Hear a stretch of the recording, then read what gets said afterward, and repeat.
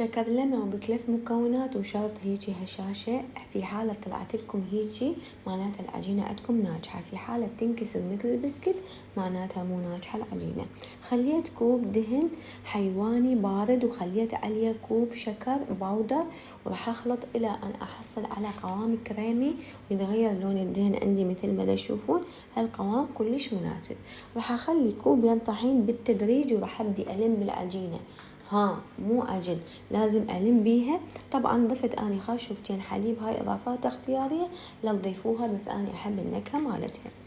ورا ما أجنتها راح أبردها تقريبا نص ساعة بالثلاجة، وبعدها راح أشكلها.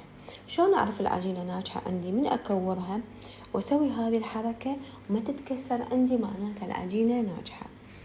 راح أصفطها بهالتبسيط. طبعا تنشوي على درجة حرارة 150 مو أكثر. إذا تشوها على درجة حرارة أكثر من هالشي تشوفون شكلها كلش حلو، بس الداخل مالتها ما راح يكون أبد طيب. تقريبا 12 دقيقة بالرف الوسط، وبس أشغل الجو وبس، ما يحتاج أشغل الفوق. ولازم يطلع لونها مثل ما دخلتها للفرن، يعني هالشكل لونها كأنها ما مشوية بس هي مستوية.